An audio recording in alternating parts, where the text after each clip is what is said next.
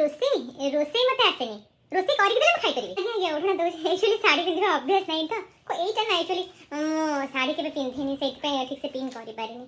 Hello, ହଁ mummy, ଏମାନେ କ'ଣ କହୁଛନ୍ତି ଯେ 4 ଦିନ ପର୍ଯ୍ୟନ୍ତ ଗାଧେଇବୁନି ବୋଲି? ଓ ପ୍ଲିଜ୍, ମୁଁ ମରିଯିବି ମମ୍ମି, ମୁଁ ଜମା ରହିପାରିବିନି। ତୁ ଫୋନ୍ କରି କହ କଣ ମୋ ଝିଅ ନ ଗାଧେଇଲେ ରହିପାରିବିନି ବୋଲି। କରିବାକୁ ପଡ଼ିବ ପ୍ଲିଜ୍। ପ୍ରୋବ୍ଲେମ୍ କ'ଣ ମମ୍ମି? ତୁ ତ ଭଲ କି ଜାଣିଛୁ ମୁଁ ବିନା ଚପଲରେ ଚାଲିପାରେନି। କହୁଛନ୍ତି ଆମ ଘରେ ଏଠି ବୋହୂମାନେ କିଏ ଚପଲ ମାଡ଼ିକି ଚାଲିପାରିବେନି ବୋଲି।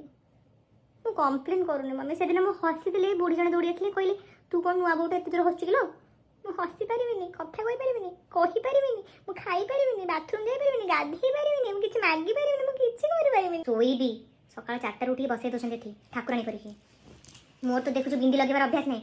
ଏଡ଼େ ଏଡ଼େ ଟୋପା ଲଗାଉଛନ୍ତି, ମୋର ଘା ହେଇଯିବ ଦିନ ପରେ। ହେୟାର ୱାଶ୍ କରିବାକୁ ଦେଉନାହାନ୍ତି ଜାଣିଛୁ ତ। କେବେ ଷ୍ଟ୍ରେଟନିଂ କରିଛି, ମୋର ସବୁ ଚୁଟି ଝଡ଼ିଯିବ, କେହି କିଛି ଶୁଣୁନାହାନ୍ତି ମୋ କଥା। ପ୍ଲିଜ୍ ମମ୍ମି ଆଉ ଶୋଇବା କଥା କହନି। ଗୋଟେ ରୁମ୍ରେ 35 ଜଣ, ତ ଭାବି ପାରୁଛୁ ତ କି ଘୁଙ୍ଗୁଡ଼ି ଓ ଗଡ଼।